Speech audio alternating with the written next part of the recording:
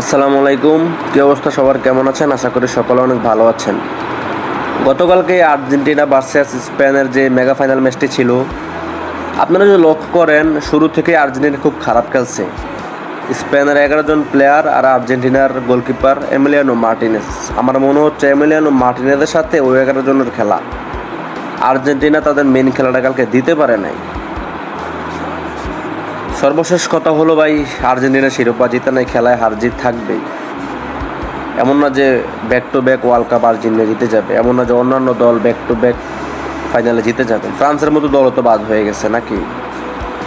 তো ম্যাচ হারানি যতটা কষ্ট, ততটাও কষ্ট লাগবে তখন যখন মেসি আর্জেন্টিনা জার্সি তার মাঠে খেলবে না, তার বোর্ডজোড়া তুলে রাখবে, তখন সবচেয়ে বেশি কষ্ট হবে। কালকে ম্যাচ হারছে আমার এতটা কষ্ট লাগে না ভাই, যখন মেসি খেলবে না তখন আমার কষ্ট লাগবে।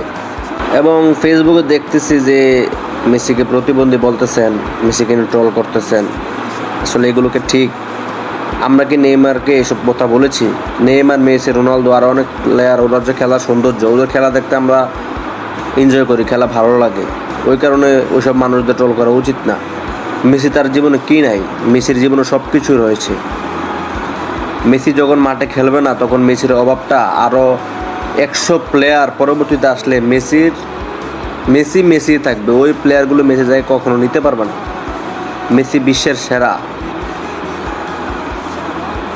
তো দিন শেষে এতটুকুই বলবো ভাই যে আর্জেন্টিনা কালকে ম্যাচ হারাতে আমি এত একটা ব্যথিত হই নাই, কিন্তু যখন দেখলাম ফেসবুকে মেসিকে নিয়ে যারা ট্রল করতেছেন, ওই সবগুলো আমার কাছে খারাপ লাগছে। লিওনেল মেসির জন্য পরবর্তী সময়ের জন্য শুভকামনা, যদি সম্ভব হয় মেসি থেকে যদি 2030 বিশ্বকাপ পর্যন্ত